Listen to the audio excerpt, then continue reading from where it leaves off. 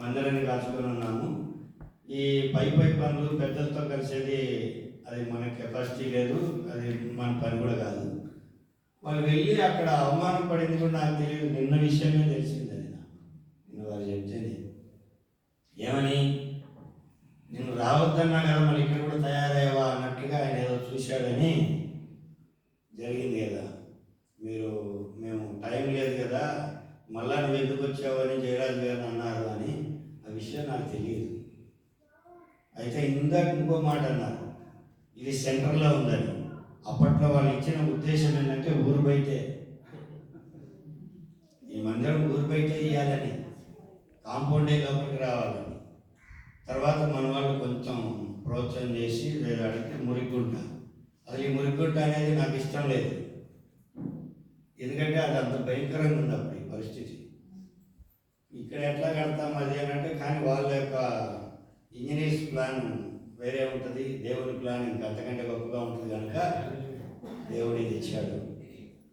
ఈ మందిరాన్ని ఎంతో ప్రేమతో, ఎంతో ప్రార్థనతోటి, ఎంతో ఆసక్తితో ఈ మందిరాన్ని నిర్మించుకున్నారు. చంటి పిల్లల దగ్గర నుంచి పెద్దల దాకా ముళ్ళు ఏడుకొని ఇవన్నీ చేసి ఈ రోజున ఇంత ఘనంగా ఈ కాలనీలో కనబడుతుంది. దేవునికి స్తోత్రం. దీని గురించి చివరిలో మళ్ళీ ఒక 2 మాటలతో నేను ముగిస్తాను. వాక్యంలోకి వెళ్దాం.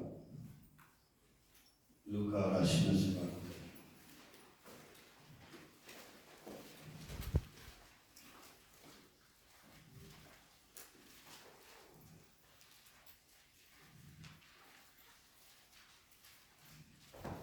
10వ అధ్యాయం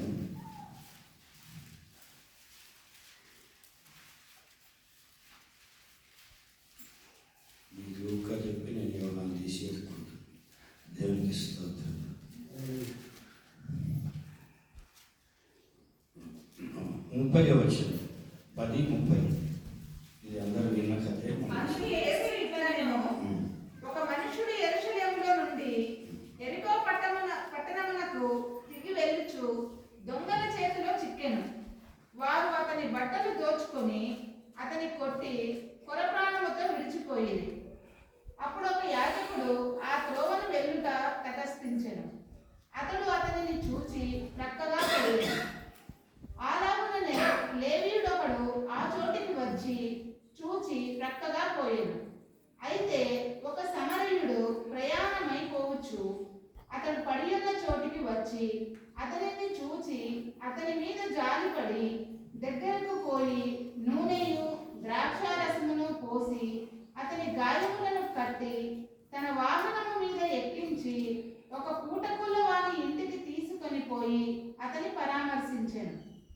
మరునాడు అతడు 2 దేనారములు తీసి ఆ పూటకుల వానికి ఇచ్చి, ఇతని పరామర్శించుము, నీవు ఇంకేమైనా ఖర్చు చేసిన ఎడల నేను మరలా వచ్చినప్పుడు అది నీకు తీర్చదనని అతనితో చెప్పిపోయాను. ప్రార్థన చేసుకుందాం. పరిశుద్ధుడా, ప్రేమగల తండ్రి, దయగల నాయన, కృపగల రాజా, నీ బంగారు పాదములకు స్తోత్రములు. నిన్నటి దినాన ఎంతో ఘనంగా ఒక సెలబ్రేషన్స్ ఇదిగో నాయన 25 సంవత్సరాలు ఈ మందిరం కట్టబడి 25 సంవత్సరాలు ఘనంగా ఇదిగో నాయన మీరు జరిగించారు. శక్తి వంచన లేకుండా బిడ్డలందరూ కష్టపడ్డారు. కష్టపడిన ప్రతి బిడ్డను మీరు దీవించండి, ఆశీర్వదించండి. నాయకుడిగా ఉండి నడిపించిన మరి పెద్దలు శ్రీనివాస గారిని మీరు అత్యధికముగా జ్ఞానంతో నింపి నడిపించారు. మీకు వందనాలు. మరి ప్రేమించి వచ్చిన ప్రతి బిడ్డని బట్టి వందనాలు అయ్యా. ఇదిగో ప్రభు, ఎంతో దూర ప్రాంతముల నుంచి వచ్చారు. గొప్ప అధికారిగా ఉంటున్న వ్యక్తి మరి డైరెక్టర్ ఐడిల్ గారు, మరి బాలరాజు గారు మరి ప్రేమించి వారు రావటం, ఇవన్నీ నీ యొక్క సంకల్పం ఆయన. మరి బిడ్డలు ఈ కార్యక్రమానికి ఎంతో భయపడి ఉండొచ్చు, ఎంతో ప్రయాసపడి మరి ఇవన్నీ ఎదుగుని ఆయన ఎలా జరుగుతాయి అని టెన్షన్ పడి ఉండొచ్చు. కానీ చివరికి అవన్నీ ఆనందకరముగా ఇదిగో నాయన రండి ఉత్సాహించి మిమ్మల్ని స్తుతించుకునేంత వరకు మీరు తీసుకొచ్చారు. మీకు వందనాలు ప్రభు, మీకే వందనాలు తెలియజేస్తూ కొద్ది నిమిషాలు ఇదిగో నాయన మీరు మాతో మాట్లాడినవి ఉండగా మీరు మా హృదయాలతో మా జీవితాలతో, మా బ్రతుకులతో మీరు మాట్లాడి సరి చేసుకొని నిలబడటానికి, నిరాకడకు ఎదురు చూసే సంఘముగా ఉండడానికి మీ కృప చూపించి మహిమ పొందమని ప్రభు రక్షకుడు క్రీస్తు వారి పేట వేడుకుంటున్నాము తండ్రి. ఆమేన్. ఆమేన్.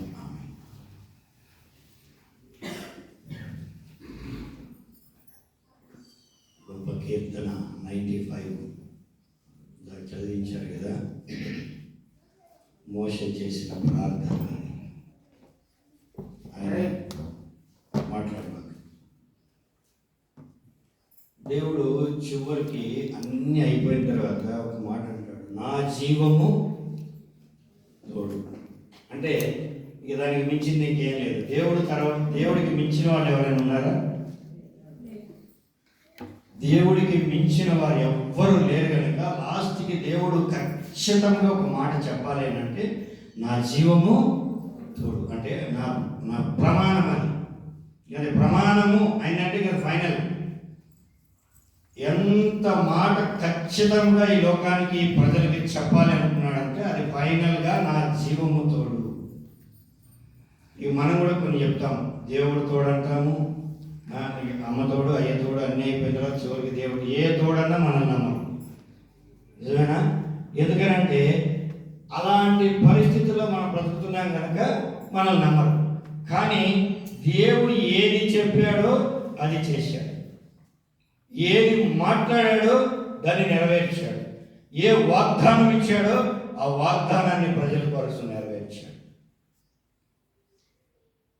అంత మహాదేవుడు, అంత గొప్ప దేవుడు నిన్ను నన్ను విడిచిపెట్టాడు, ఏనాడు ఆయన వదిలిపెట్టాడు. ఈ మోషే చేసిన ప్రార్థనలో చివరికి నా విశ్రాంతిలో ఆయన అన్ని ప్రార్థన చేసి, ఎందుకంటే ఆయన అనుభవాలే ఆయన ప్రార్థన, ఆయన అనుభవమే ప్రార్థన చేసి దేవుడు ఆయనతో మాట్లాడిన మాట లాస్ట్ చివరిలో ఏమన్నాడని అనేది ఆయన చెప్పి వదిలేశాడు. మీరు ఇంతగా విసిగించి వేసారించి ఇంత చేసి నా విశ్రాంతిలో మీరు ప్రవేశించాలని ప్రమాణం చేసి చూడండి. అటువంటి ప్రమాణం చేసిన దేవుడు అంటే విశ్రాంతి అంటే మీరు పరలోకంకి వెళ్ళరని ఒక మోసే అన్నాడేమో అనుకోవచ్చు. విశ్రాంతి అనేది మూడు విశ్రాంతులు ఉన్నాయి. ఒకటేమో ఒక విశ్రాంతి ఏమో మీరు మీ కాడి నా మీద మోపుడి మీకు విశ్రాంతి. అది ఈ లోకంలో బ్రతకడానికి దేవుడు ఇచ్చే విశ్రాంతి. తర్వాత కానాను దేశం అనేది ఒక విశ్రాంతి. ఇప్పుడు యేసు ప్రభు ఇచ్చిన విశ్రాంతి ఏంటి? ఇక డైరెక్ట్ అక్కడే ఆ విశ్రాంతికి వెళ్ళకపోతే కేకల విశ్రాంతికి వెళ్ళిపోతాం. మనం అందరం ప్రయాణం చేసేది ఏ విశ్రాంతి? ఆ విశ్రాంతికి వెళ్ళాం. ఇక్కడ ఈ విశ్రాంతిని చివరికి చెప్పి ఆయన మోషే ప్రార్థన చేశాడు. ఈ రోజున మన సంఘానికి ఈరోజు 95వ కీర్తన. మరి ఎందుకో రాత్రి నాకు నిజంగానే ఫోన్ చేస్తే నేను ఎందుకో మెసేజ్ తీసుకున్నా అంటే లాస్ట్ టైము అయ్యగారు ఇది వచ్చినప్పుడు కూడా ఇట్లాగే అడిగారు. అడిగితే వర్షిప్ వాక్యం తీసుకుంటానని చెప్పాను మీకు. ఈసారి నెక్స్ట్ టైం వచ్చినప్పుడు మెసేజ్ చెప్తానులే అన్న.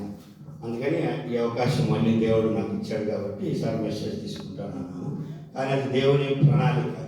మరి 95వ కీర్తన గురించి, నేను జరిగిన కార్యక్రమాల గురించి వారికి ఆ సంతోషం మీ అందరితో పంచుకోవడం. ఎవరికైనా ఏం జరిగినప్పుడు పంచుకోవాలనిపిస్తుంది?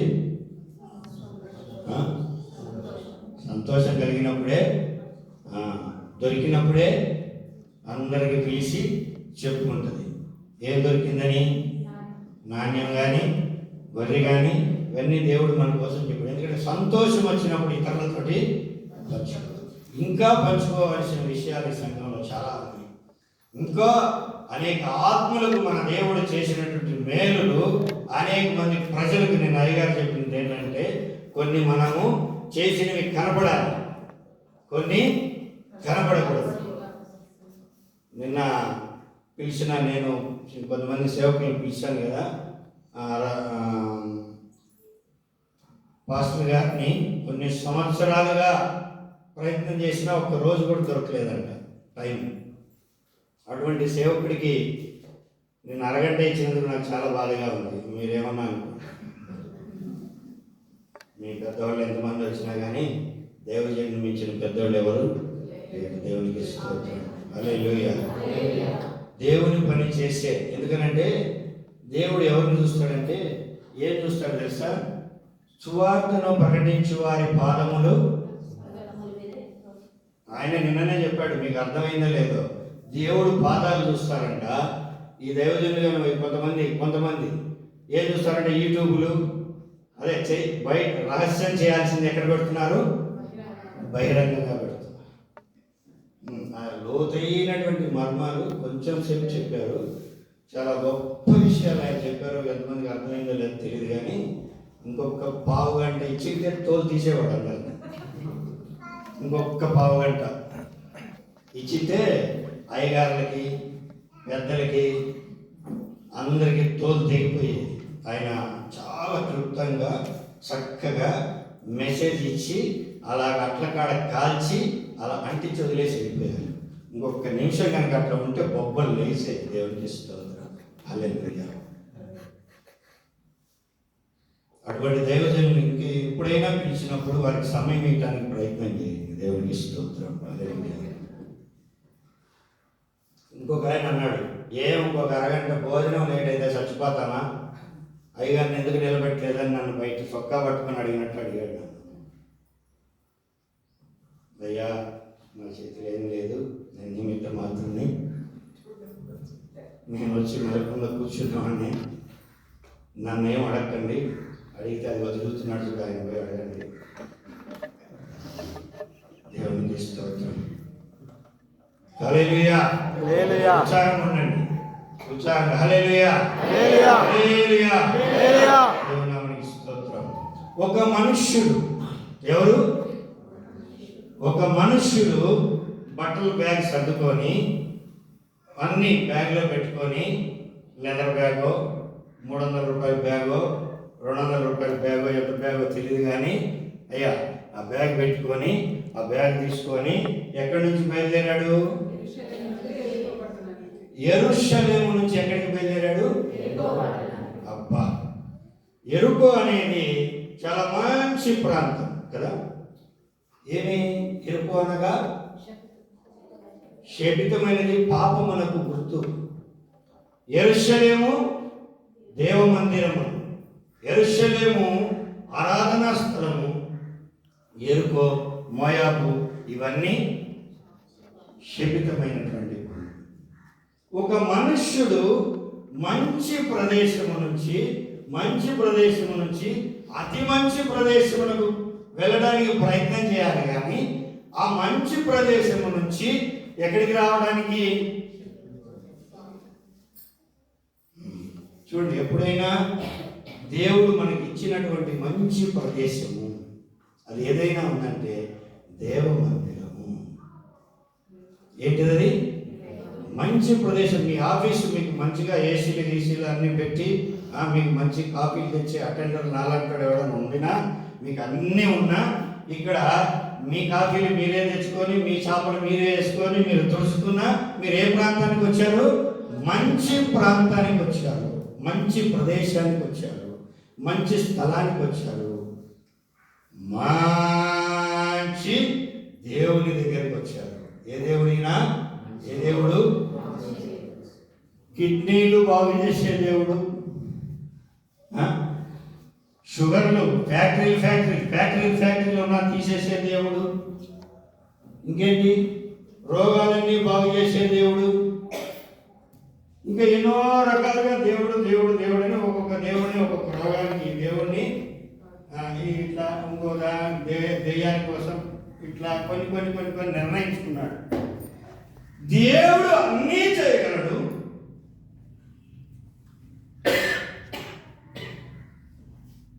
మీకు అర్థమయ్యడానికి ఒక మాట చెప్తాను. దేవుడు ఒకసారి ఉమ్మి వేసి బురద చేసి ఎక్కడ రాసుకోమన్నాడు? తర్వాత కోనేరుకు పోయి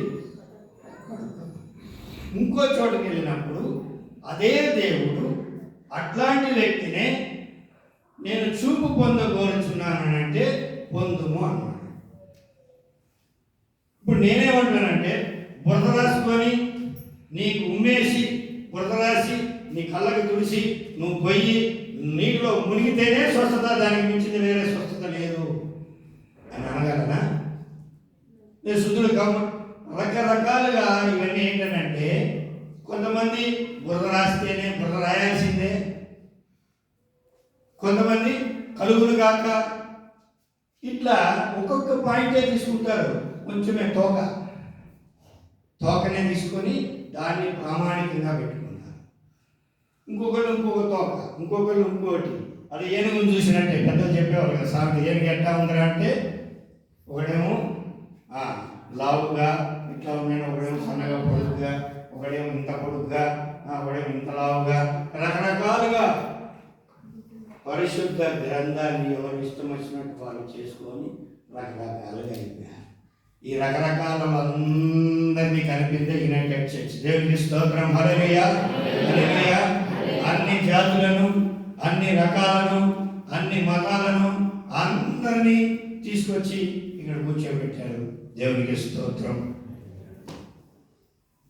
చివరిలో ఇంకొక మాట అన్నాడు ఆయన, కూర్చోబెట్టారు కదా జయరాజు గారు. ఏమన్నాడు? దేవునికి స్తోత్రం, నేను కేవలము. అప్పుడు అందరూ పనిముట్టులే. ఈ పనిముట్టుకి చేయడం మీరు ఓకే, కానీ మహిమ ఎవరికి వెళ్ళాలి? దేవునికి. ఇక్కడ అప్పుడు ఉన్నవాళ్ళు జనుకో పెద్దలు, మరి మందిరం కట్టి దేవ మందిరాన్ని కట్టించిన వారు, ఆ తర్వాత వచ్చిన వారు, ఆ తర్వాత ఒక్కొక్కరుగా వచ్చారు వెళ్ళారు. మరి కొన్ని రోజుల నుంచి మీ ఆధ్వర్యంలో ఈ మందిరం గొప్పగా జరుగుతుంది. ఈ మందిరము, మీ ఈ డెవలప్మెంట్, ఇవన్నీ చూస్తూ ఎంతో సంతోషిస్తున్నటువంటి వ్యక్తిలో మొదటి వాడిని నేను అనుకుంటున్నాను. నాకంటే కొంతమంది ఉండొచ్చు, కానీ నేను మాత్రము నేనే అనుకుంటున్నాను. దేవునికి స్తోత్రం. హల్లెలూయా, హల్లెలూయా. ఎటువంటి స్వార్థం లేకుండా, శక్తి వంచన లేకుండా ఈ రెండు చేతులు మాకు చేతనైనంత వరకు ఈ మందిరం కట్టడంలో సహాయపడ్డాయి. దేవుడు వాడుకున్నాడు. అందును బట్టే ఎంతో నేను ఆనందిస్తూ ఉంటాను ఈ మందిరాన్ని బట్టి. దేవునికి స్తోత్రం. మధ్యలో వచ్చిన చిన్న డిస్టర్బెన్స్ కొన్ని బట్టి ఆ మందిరం తెరవబడింది. ఎందుకంటే అప్పుడు ఇక్కడ ఉన్న పాస్టర్ గారిని, ఇక్కడ పాస్టర్లను కూడా ఒక ఇద్దరిని ఏర్పాటు చేశారు పెద్దలు. ఫస్ట్ ఒక ఆయన ఇమానుయేల్ గారి తమ్ముడు థియోఫరస్ గారు, తర్వాత ఏరియా పాస్టర్ గారు. వారి ఫ్యామిలీ ఇక్కడికి వచ్చి ఇక్కడ ఉంటున్నప్పుడు వారిని ఇబ్బంది పెడితే ఫోన్ చేసి, అయ్యా ఇక్కడ పరిస్థితులన్నీ మారిపోయినాయి, ఇక్కడ బెదిరించి పంపించేస్తున్నారు అని వారు నాకు ఫోన్ చేసినప్పుడు, అయ్యా ఆల్రెడీ మందిరం ఉంది కదా, మీరు సేవ చేయాలి అని అనుకున్నప్పుడు దేవుడు నాకు ఇక్కడ చేయమంటున్నారు, ఏదైనా ఇల్లు తీసుకొనైనా నేను సేవ చేస్తానని చెప్పినప్పుడు, వద్దొద్దయ్యా మన ఇల్లు ఉంది, అక్కడ మీరు ప్రార్థించండి. సరే, కొన్ని రోజులు అక్కడ మీరు సెలవు తీసుకోండి, దేవుడు కార్యం చేస్తాడు. దాని తప్ప వేరే ఉద్దేశంతో ఆడ మందిరం ఓపెన్ చేయించింది. దేవునికి స్తోత్రం. మళ్ళీ తర్వాత ఆ మందిరం నడుస్తున్నప్పుడు నాదొకటే ప్రార్థన, దేవా ఈ మందిరం చిన్నదని చెప్పి పెద్దలందరూ కలిసి పెద్ద మందిరం కట్టుకున్నామయ్యా, ఎంతో గొప్ప మందిరం కట్టుకున్నాము, ఎంతో సంతోషించాము.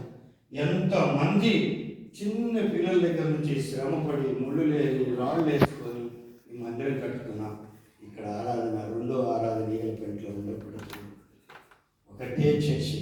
అందరూ అక్కడ వెళ్ళి ఆ చర్చిని బాగు చేసుకొని మళ్ళీ అందరూ అక్కడే ఆరాధన చేసుకోవాలని మళ్ళీ ప్రార్థన మొదలుపెట్టినప్పుడు దేవుడు మళ్ళీ దాన్ని ముగించేసి ఇక్కడే ఓపెన్ చేయించాడు. దేవునికి స్తోత్రం. ఎంతో ప్రేమతో నిజముగా దేవ మందిరంలో నిలబడి ఈ మాటలు మీకు చెప్తున్నాను. ఎందుకంటే ఈ మందిరం యొక్క గొప్పతనం అటువంటిది. దేవుడు మీ కృపానంద గారు ఇప్పుడు ఉంటే బాగుండేది. ఆయన పూర్తిగా మారుమనసు పొందలు అప్పట్లో. మందిరం అయితే కడుతూనే ఉన్నాడు, కానీ కొన్ని వెంటాడుతూనే ఉన్నాయి. అటువంటి ఆయన ఈ మందిరం కట్టడానికి వెళ్తుంటేనే ఏమొచ్చినాయి? జయములు జయములు. ఎక్కడికి పోయినా సక్సెస్.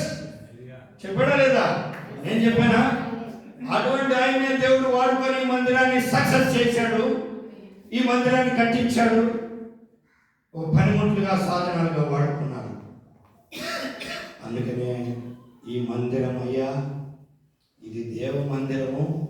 దేవుడే తన అభిషేకంతో ఈ మందిరాన్ని కట్టించాడు. దేవునికి స్తోత్రం.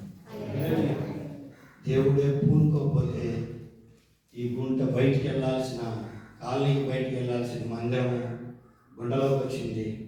ఈ గుంట నెట్ట కడతారా బాబు అని నేను అనుకున్నప్పుడు ఇది అద్భుతం. అసలు ఈ రెండు డోర్లు ఫేసింగ్ అది ఫేసింగ్ అయితే అక్కడ క్లబ్బు అంతా గందరగోళం ఉండేది. దానికని చెప్పేసి సిలువలు రావడానికి కారణం కూడా ఆ డోర్లు మూసి సిలువలు పెట్టించారు ఆయన కృపానందంగా. డోరు తర్వాత ఎవరు అవన్నీ ఏదో మన పనిలో మనం ఉన్నామని డోర్ ఇటు పెట్టించేశారు. అంత అయిపోయిన తర్వాత ఎవరేం చేస్తారు? అంతే కదా. ఇక అట్లాంటి మందిరము అలా ఏర్పడినమ్మా. చంటి పిల్లల దగ్గర నుంచి పెద్దల దాకా పదే అందుకే చెప్తున్నాను. అటువంటి మందిరాన్ని శక్తి వంచన లేకుండా ప్రేమతో మాకున్న రూపాయో పావలాను, పెద్దల దగ్గర ఉన్న రూపాయో పావలాను, కంపెనీ వారు సహాయం చేసిన సహాయమో ఈ మందిరం నిర్మించబడింది. కఠినులు కూడా ఈ మందిరం వైపు చూసి ఆహా అని దేవుణ్ణి స్తుతించుకున్నారో తెలియదు, కానీ అటువంటి మందిరం ఉంటుంది. దేవునికి స్తోత్రం. బట్టలు సర్దుకొని కిందకి ఎక్కడికి వెళ్తున్నాడు? యెరూషలేము నుంచి పరమ యెరూషలేముకి వెళ్ళడానికి సంఘము ప్రయత్నం చేయండి. యెరూషలేము నుంచి లోకంలోకి వెళ్ళడానికి ప్రయత్నం చేయొద్దు. దేవునికి స్తోత్రం. ఎవరికి చిక్కాడు అమ్మా? ఎందుకు చిక్కాడు? ఎక్కడికి వెళ్ళాడు? పాపం దగ్గర ఎవరు ఉంటారు? దొంగ దోచుకునేవాడి దగ్గరికి వెళ్తే దోచుకోక వదిలిపెడతారా? పాపం ఎందుకు వచ్చింది? దోచుకునేవాడు, దొంగలు, నరహంతకులు, పాపులు, వ్యభిచారులు ఉండేదే పాపస్థలం. ఆ పాపస్థలానికి నువ్వు వెళ్ళినప్పుడు వాళ్ళు దోచుకోకుండా, వాళ్ళు దొంగతనం చేయకుండా, నిన్ను పాడు చేయకుండా నిన్ను వదిలిపెడతారా? బయలుదేరడమే, ఎంచుకోవడమే తప్పు. సరే ఎంచుకున్నావు, ముందుకు వెళ్ళు. యాకోబు చేసిన పని అదే, యాకోబు చేసిన ప్రయాణం అదే. అబ్రహాము అక్కడి నుంచి ఇక్కడికి వస్తే ఈయన ఇక్కడి నుంచి ఎన్ని సంవత్సరాలు? ఇందాక ఆ మాట కూడా బయటకు వచ్చింది. ఇందాక చెప్పారు కదా, ఫరో అడిగినప్పుడు నీ దినములు ఎన్ని? దుఃఖ సహితముగా ఉన్నదని ఆయన మాట్లాడాడు. ఎట్లా అంట? ఎందుకు? వ్యతిరేకమైన ప్రయాణం, వ్యతిరేకమైన పనులు, వ్యతిరేకమైన పరిస్థితుల్లోకి మనం వెళ్తే పరిస్థితులు అట్లాగే ఉంటాయి. దేవుడికి అప్పచెప్పి కొంచెం టెన్షన్స్ ఉంటాయి. ఇంత గొప్ప పని, ఇంత గొప్ప అధికారులను పిలుస్తున్నాం, ఇంతమందిని పిలుచుకుంటున్నాం, ఇంతమంది భోజనాలు ఏర్పాటు చేస్తున్నాం, ఇవన్నీ జరిగినాయి. కానీ టెన్షన్ లేకుండా ఉంటుందా? ఈ 10వ తారీఖున మొదలు పెడతాను.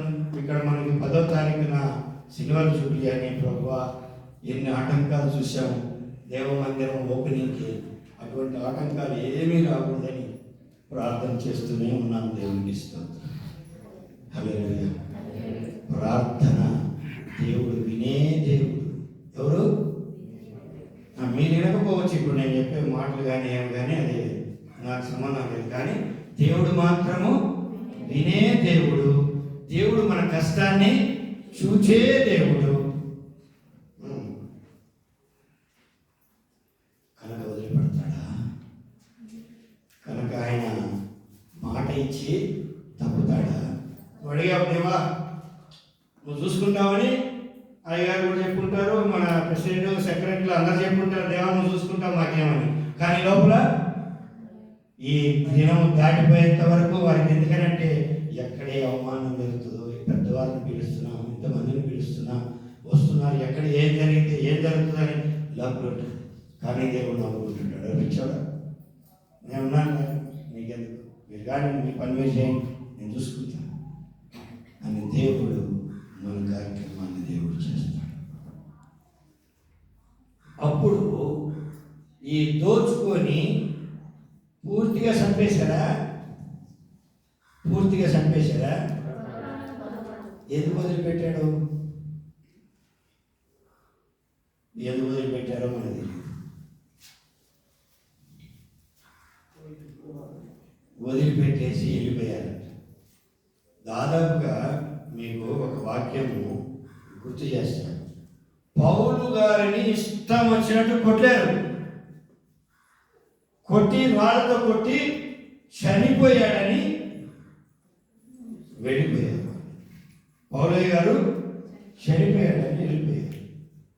కానీ ఆయన కొన ఊపిరితో శిష్యులు గమనించి చుట్టూ చేరి ఆయన తీసుకెళ్ళి ఆయనకి ట్రీట్మెంట్ ఇచ్చి బతికించారు. వాళ్ళు కొట్టిన వాళ్ళు ఏమనుకుంటారంటే వాడు పడిపోయి మాట్లాడకుండా మూర్చిపోయి అట్లా ఉంటే చచ్చిపోయాడని అనుకుంటారు. కానీ ఆయన ఎట్లా ఉన్నాడు అంట? దేవుడు చెప్తున్నాడు, కొన ప్రాణంతో ఉన్నాడు. ఈ కొన ప్రాణముని ఎందుకు ఉంచాడు అని అంటే, ఈ కొన ప్రాణమును చివరిలో మంచం మీద ఐసీయూ దేవుడు చూశాడు. ఎక్కడ? ఐసీయూలో నిన్ను చూశాడు, కొన ప్రాణంతో ఉంచాడు. చివరికైనా నీ ప్రాణం పోయేటప్పుడైనా యేసు నా బ్రతుకంతా నాశనం అయిందయ్యా, నా బ్రతుకంతా నాశనం చేసుకున్నానయ్యా, నా జీవితం అంతా పాడు చేసుకున్నానయ్యా, నా జీవితం అంతా ఎంతో మంది పెద్దలు చెప్పి ఒక్క మాట కూడా నేను వినలేదయ్యా, చివరికి ఇదిగో నేను మంచి చచ్చిపోతున్నాను, వెళ్ళిపోతున్నాను, నీ రాజ్యము చేర్చుకోవా. దేవుని ప్రేమ అంతవరకు వెంటాడుతుంది. దేవునికి స్తోత్రం. అక్కడ దాకా వెంటాడి ఎక్కడ? కొన ప్రాణము. ఆ కొన ప్రాణముతో కొట్టుకున్న వాడి దగ్గరికి ఒక దైవజనుడు తెల్లటి అంగి వేసుకొని అన్నీ వేసుకొని మొత్తం వేలు పెట్టుకొని దేవుడు పరిశుద్ధుడని రాసుకొని ఆ దైవజనుడు వెళ్తూ ఉన్నాడు. ఎక్కడికి? ప్రార్థన చేయడానికో, వాక్యం చెప్పడానికో, ఆరాధించడానికో, లేక ఆయన ఏదైనా పని మీద వెళుతూ ఎవరు స్థాపించారు? ఎవరు కనపడ్డారు? దొంగల చేత చిక్కబడి కొట్టబడి ఈ లోకమంతా దొంగల చేత చిక్కబడి ఉన్నది. దొంగల చేత కొన ప్రాణంతో కొట్టబడి మిట్టాడుతూ ఉన్న ప్రజ మన ముందు ఎంతో మంది ఉన్నదమ్మా, ఎంతో మంది ఉన్నది. వారి దగ్గరికి విశ్వాసి దైవజనుడా, ప్రార్థన, వీళ్ళందరూ రక్షించబడాలని ఇక్కడి నుంచి ప్రార్థన చేస్తున్నావే, నీ ఉద్యోగంలో, నీ దగ్గర, నువ్వు బజార్లో, బయట ఈ కొన ప్రాణంతో కొట్టబెట్టడుతున్నాడు. ఈ సాధారణ దుష్టుని చేతిలో చిక్కబడి ఉన్నవారికి యేసు గురించి ఒక మాట అయినా చెప్పావా? సంఘం ఎంతో చక్కగా మనం అలంకరించుకున్నాం, అంతటితోటే మన పని అయిపోలేదు.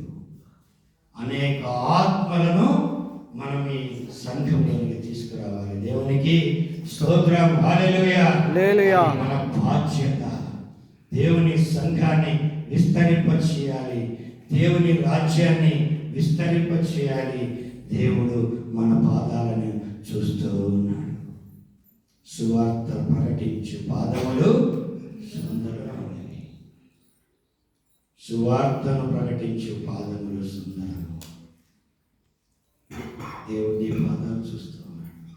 ఎంతమందికి సువార్తను చెప్తున్నాం, ఎంతమందికి దేవుని ప్రేమ ఇదిగో జనులాల భావము మనకు తెలియదు. ఏమి ప్రేమ అన్నది, ఏమి ప్రేమ.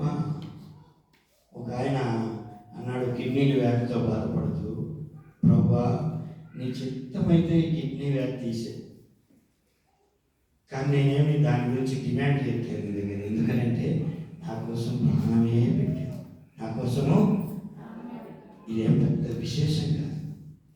చూడండి విశ్వాసులారా, మన దగ్గర ఉన్న రోగాలు పెద్దవి కాదు, క్యాన్సర్స్ పెద్దవి కాదు, మనకున్న అప్పులు పెద్దవి కాదు.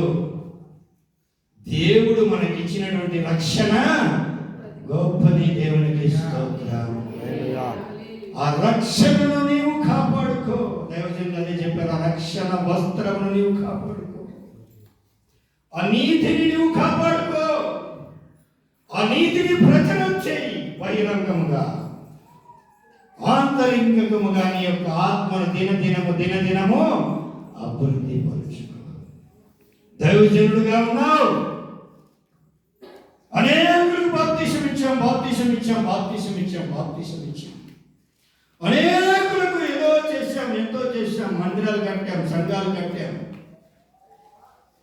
బ్రతుకు ఎట్లా ఉంది? ఒక వ్యక్తికి పడి ఉన్న ఒక వ్యక్తికి సహాయం చేయలేని వాడివి. నిన్న దైవజనుడి ఆక్రోధన అదే. ఒక సహాయం చేయలేని వాడివి నువ్వేంటయా? తోటి వారికి, పక్కన వాడికి సాయం చేయలేవు. తోటి వారిని దుష్కారంగా మాట్లాడతావు, తోటి వారిని తీసేసి మాట్లాడతావు, తోటి వారిని లెక్కలేదు.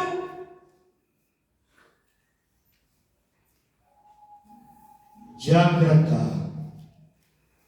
దైవజనుల యొక్క ఆక్రోధన ఎందుకంటే రాకడ దగ్గరకు వచ్చింది, భయంకరమైన పరిస్థితుల దగ్గరకు వచ్చేసాయి. ఇంకను క్రైస్తవ జీవితం కళ్ళు తెరవకపోతే, ఇంకను ఎవరో నిందలేశారు, ఎవరో ఏదో అన్నారు, అవసరం లేదు నీకు, దేవుడు చూసుకుంటాడు. దేవుడికి స్తోత్రం. రోషం కలిగిన దేవుని బిడ్డలుగా బ్రతుకుతున్నాం. రోషంగా బ్రతికిన రోజులు.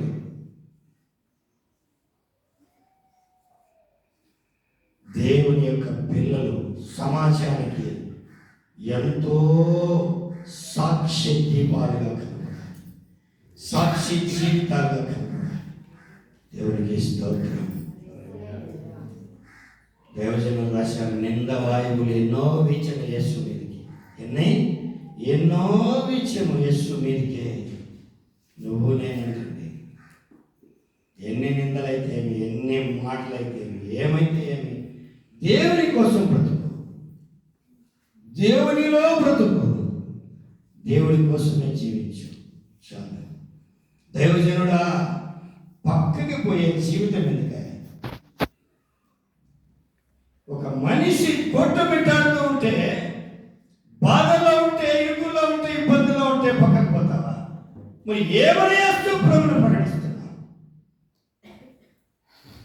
ఏమని యేసు ప్రభుని సాక్ష్యంగా చూపించాలని జీవితానికి మాట్లాడుతున్నాం బైబిల్ పట్టుకొని. ఇంకొక ఆయన ఎవరంట? ఆయన ఏం పని చేసేవాడు? లేవీలు ఏం చేసేవాళ్ళు? దేవ మందిర ఉపకరణాలు మోసేవాళ్ళు, దేవుని కమిటీ వాళ్ళంతా దేవుని యొక్క పని చేసేవాళ్ళు. ఎవరు? ఒక ఆమె పాడేది, ఏం పాడు నాకు బాగా గుర్తులేదు, కానీ సంఘ పెద్ద, నీ సంఘ దేవుడు చూస్తాడు. సంఘ పెద్ద, అది అర్థం అదే వస్తుంది. సంఘ పెద్ద దేవుడు నీ సంఘం చూస్తాడనే పాట పాడేది. సంఘ పెద్దలందరూ మరి అప్పుడు, ఎందుకంటే ఇవన్నీ Lutheran church, CIC church, Baptist church, ఈ చర్చిలో పెద్దలందరూ ఉంటారు. వీళ్ళు ఎప్పుడు అందరూ ఎక్కడికి వస్తారు తెలుసా?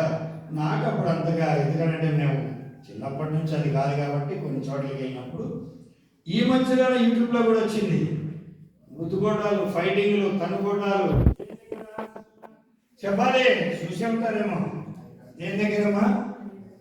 దేవునికి ఇచ్చేకాడ కాదు, ఇచ్చినవి మూట కట్టారు.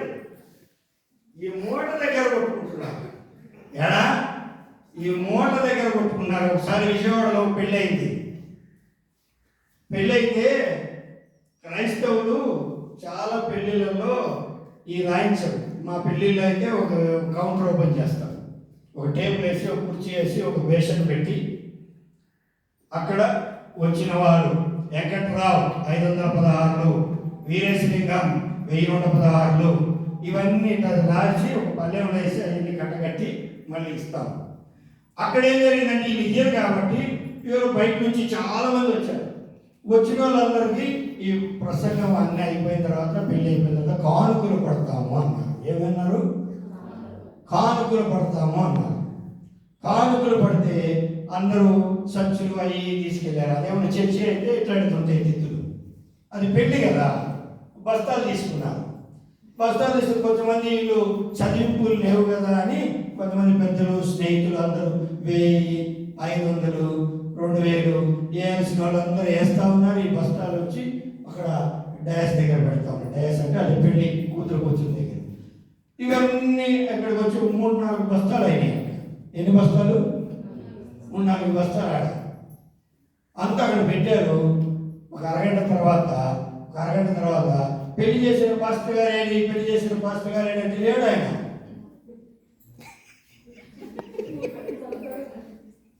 తర్వాత కాసేపు ఆయన చూస్తే బస్తాల దగ్గరికి పోయాడు. నాన్నన్నాడు కంగారాడు, ఎందుకంటే దాదాపు 3 లక్షలు అయింది బాబా, 4 లక్షలు అయింది ఖర్చు, ఏదో ఒక 3 బస్తాలు వచ్చినాయి, ఎంతో కొంత కవర్ అయిందని బస్తాల దగ్గరికి పోతే బస్తాలు లేవు. పెళ్లి చేసిన అయ్యగారు లేరు. మరి అయ్యగారు పోతే పోయాడు. ముందు సర్టిఫికెట్ ఎదురా? ఎవరు ఇచ్చేయాలి సర్టిఫికెట్? ఎవరు ఇవ్వాలి? అయ్యగారు ఏమో మచిలీపట్నం నుంచి వచ్చాడంట. అయ్యగారు అప్పుడే గుడివాడ కాలు ఎక్కేసి మచిలీపట్నం పడ్డానికి.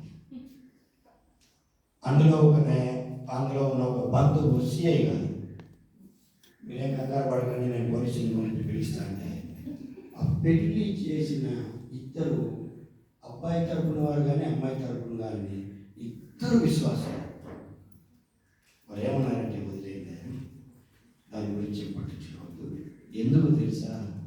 ఒక దైవజనుడిని బహిరంగంగా పట్టుకొని తీసుకొచ్చి జైలుకి అప్పచెప్తే ఎవరి నామానికి అవమానం? దేవునికి స్తోత్రం. అటువంటి తల్లిదండ్రులు దొరికేంత వరకు ఆడపిల్లలు అటువంటి తల్లిదండ్రులు గల అబ్బాయిని ఎత్తుకోండి. దేవునికి స్తోత్రం. అటువంటి తల్లిదండ్రులు ఉన్న అమ్మాయిలు దొరికేంత వరకు ఆ అబ్బాయిని కూడా ఎత్తుకోవాలి. నేను అందుకనే ఇంతకుముందు అమ్మాయిని చూస్తూ ఉండేవాడిని, ఇప్పుడు కూడా అమ్మాయిని చూస్తున్నాను. అప్పుడేమో నేను చేసుకోవడానికి చూసేవాడిని, ఇప్పుడేమో నా కొడుకులు చేయాలని చూస్తున్నాను. వేరే ఉద్దేశంతో అనుకోబాకండి, మళ్ళా సీపులు తీసుకొని అనుకోవట్లేదు. దేవునికి స్తోత్రం. నా కొడుకులు చేయాలని చూస్తాను. దేవునికి స్తోత్రం. అంత గొప్ప తల్లిదండ్రులు అక్కడ ఆ దైవజనుడికి అవమానం జరగకుండా కాపాడారు. దేవునికి స్తోత్రం. ఆ బస్తాల్లో ఎంత ఉన్నాయో పాపం వాళ్ళు లెక్క పెట్టలేదు, ఏం లెక్క పెట్టలేదు, కానీ ఇంటికి పోయి లెక్క పెట్టుకొని బతికాడో సచ్చాడో అనేది తెలియదు. ఈ రోజున ఒక చెడు గురించి మనం ప్రచారం అవుతుంది. మన సంఘము మంచి గురించి అనేక చెప్పుకోవాలి. దేవునికి స్తోత్రం. హల్లెలూయా, హల్లెలూయా, హల్లెలూయా. లేవీయులు పక్కకి వెళ్ళిపోకూడదు, పరిచారకులు పక్కకి వెళ్ళిపోకూడదు, నడిపించేవారు పక్కకి వెళ్ళిపోకూడదు. అందరూ మనం సాక్షులుగా ఈ లోకానికి నిలబడాలి, కనపడాలి. ఎందుకంటే మోషే అనే ప్రార్థన 90వ కీర్తన, మోషేని కూడా దేవుడు లెక్క చేయకుండా పక్కన పెట్టేసాడండి. మోషేని ఏమైనా కనికరించాడా? రావడానికి వీల్లేదు, చూస్తావు కానీ దేవుడు అంత ఖచ్చితంగా ఉంటాడు. దేవుడు అంత ఖచ్చితంగా పరిశుద్ధంగా ఉంటాడు. దేవుడు, ఆ దేవుని పిల్లల మనం ఎంత ఖచ్చితంగా ఉంటాడు. చివరికి ఎవరు వచ్చారు? అబ్బా, ఈయన మంచోడా చెప్పండి.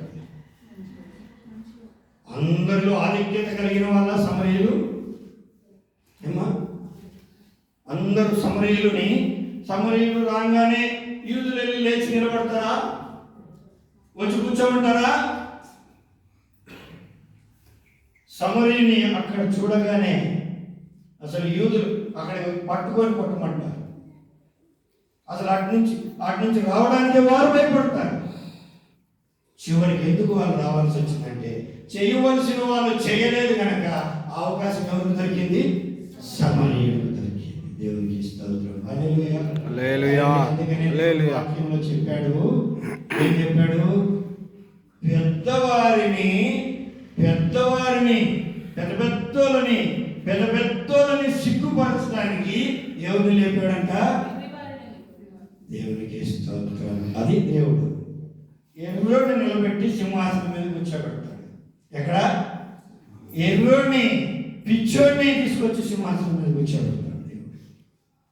దావీదుని ఎక్కడి నుంచి ఎక్కడికి తీసుకెళ్ళాడు? పైకి వెళ్ళిన తర్వాత ఆయన కిందకు చూశాడు. గొర్రెల దగ్గరలో ఉన్నప్పుడు, గొర్రెల దొడ్డిలో ఉన్నప్పుడు ఎక్కడ చూశాడా? దేవుని వైపు చూశాడు. దేవుడు నా వైపే చూస్తున్నాడని పాపం సంతోషించి ఎక్కడ తీసుకెళ్ళాడు? సింహాసనం కూడా సాలేదు, మేడెక్కాడు. ఏడెక్కాడు? మేడెక్కాడు. ఒక తనుదంటే చెప్పులు లేకుండా గోస పట్టుకొని అడుగులు ఎమ్మడగలిగాడు. అప్పుడు ఇక్కడ ఇదే జరిగింది. అప్పుడు కూడా జయరాజు గారు వీరేశలింగం గారు పిలుస్తున్నాడంటే పరిగెత్తుకొచ్చేవాడు. కృపానందం గారు వీరేశలింగం గారు పలానా చోటుకు వచ్చాడు రమ్మన్నారని ఎవరైనా కబురు పెడితే ఏ పరిస్థితిలోనో వచ్చేవారికి అప్పుడు మనం కాళ్ళు ఎగరేసాం. అప్పుడు ఎగరేయలేదు కానీ ఒక విషయం విన్నాక కాళ్ళు ఎగరేసాం. ఎందుకో తెలుసా? కొంతమంది నా దగ్గర అనేవాళ్ళు, అయ్యా జయరాజు గారి ఆఫీసులోకి వెళ్ళాలంటే ఎంతో భయం వేసేది మాకు. అంత ఇదిగా ఉంటుంది. ఆఫీస్ లోపలికి వెళ్ళి ఆయన దగ్గర బిల్లు అడగాలన్నా, ఆయన దగ్గర ఏదైనా పని చేయించుకోవాలన్నా వారంటే మీ దగ్గరకు వచ్చి ఎంత సింపుల్గా ఉంటారు. మరి నాకు ఎట్లుంటుంది? ఎగరేయండి. మరి నేను దేవుడు ఇక్కడ దంతే హిమాచల్ బార్డర్లో పడ్డది అనిపిస్తుంది. అది ఆ పక్కన టిబెటే. అది ఎవరిది? టిబెట్. వాళ్ళది ముక్కులేని వాళ్ళది. ముక్కులేని వాళ్ళ దేశం. ఏం దేశం అంటే అది? వాళ్ళే టిబెట్, చైనా అంతా అట్లా ఆడికి భయపడ్డ నుంచి డైరెక్ట్ ఎక్కడికి వెళ్ళామమ్మా మనం? హిమాచల్, పరిశేని మంచు కొండలు. ఎప్పుడో చిన్నప్పుడు సినిమాల్లో చూసిన మంచు కొండలు ఆడికి పోయాం. దుప్పటి ఏడ్చాం. ఎందుకు? దేవుడు అంటే ఆడికి పోతాం. దేవుడు ఉంచితే ఏడవుతాం. దేవునికి ఇస్తాం. దేవుడు ఏ విధంగా తినాలి? ఏ విధంగా తినాలి? ప్రేమతో. ప్రేమతో తంతే బోరుల గుట్లో పడతాం. అంటే బోరుల గుట్ట అంటే పర్లోకం. కోపంతో తంతే బార్డర్లు బార్డర్లు బార్డర్లు బార్డర్లు దాడి టిబెట్, పాకిస్తాన్ ఎక్కడికో పోతే అక్కడ ఉగ్రవాది ఎవడో కాలుస్తాడు, సంపుతాడు.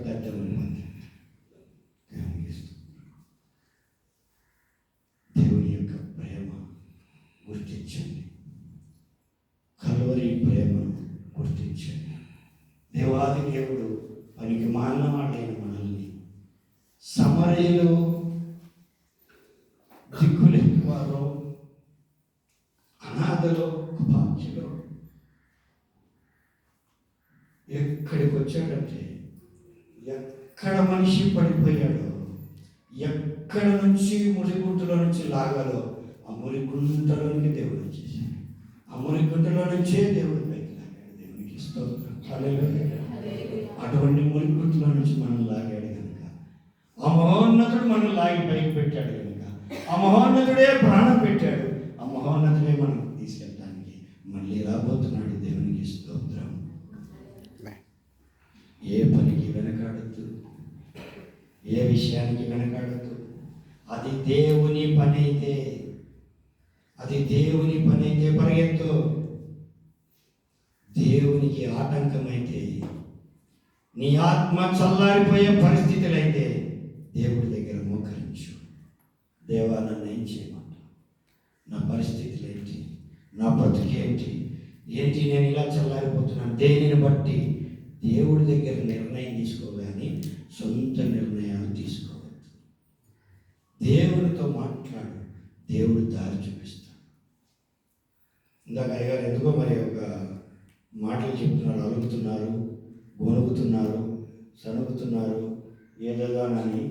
ఏది కొనిగినా సనిగినా దేవుడి దగ్గర కొనుక్కోండి, దేవుడి దగ్గర అలుక్కోండి, దేవుడి దగ్గర చేయండి. దేవుడు మార్గం చూపిస్తాడు. ఒకసారి ఒక చోట ఒక సంఘంలో నేను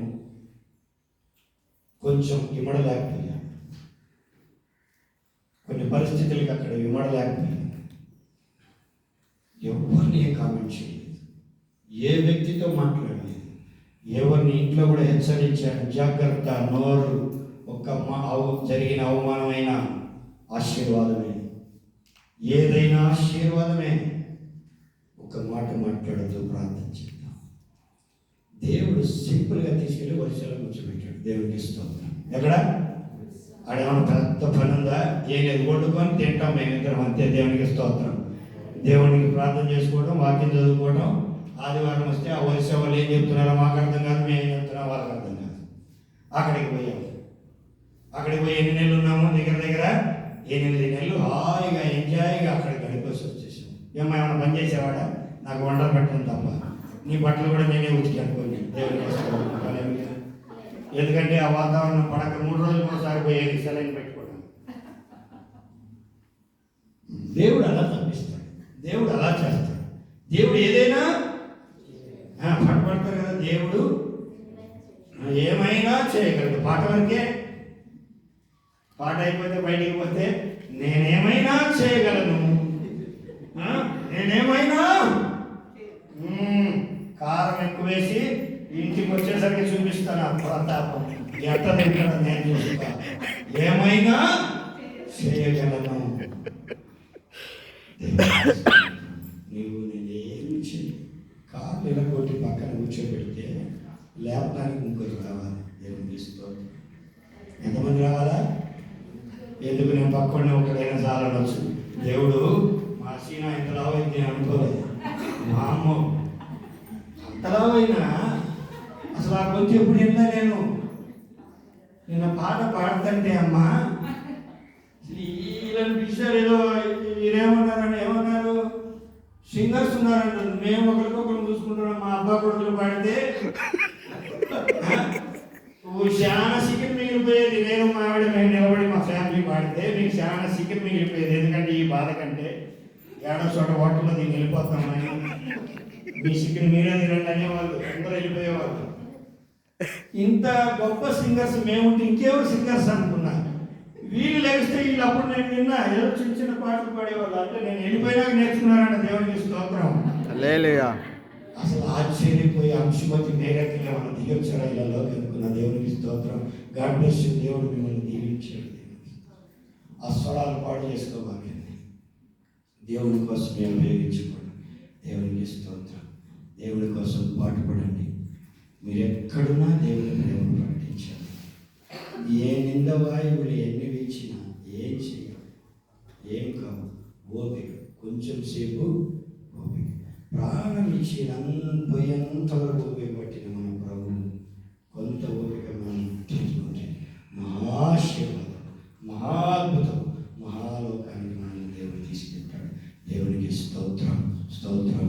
మంచి ఆ సమరయుడు చేసిన పని మనం కూడా చేయడానికి ప్రయత్నం చేద్దామని మీ అందరికీ వందనాలు, స్తోత్రాలు తెలియజేసుకుంటూ మీ అందరికీ వందనాలు చెప్తూ అయ్యగారికి సమయం ఇచ్చినందుకు వందనాలు తెలుస్తూ ముగిస్తున్నాను. దేవునికి స్తోత్రం.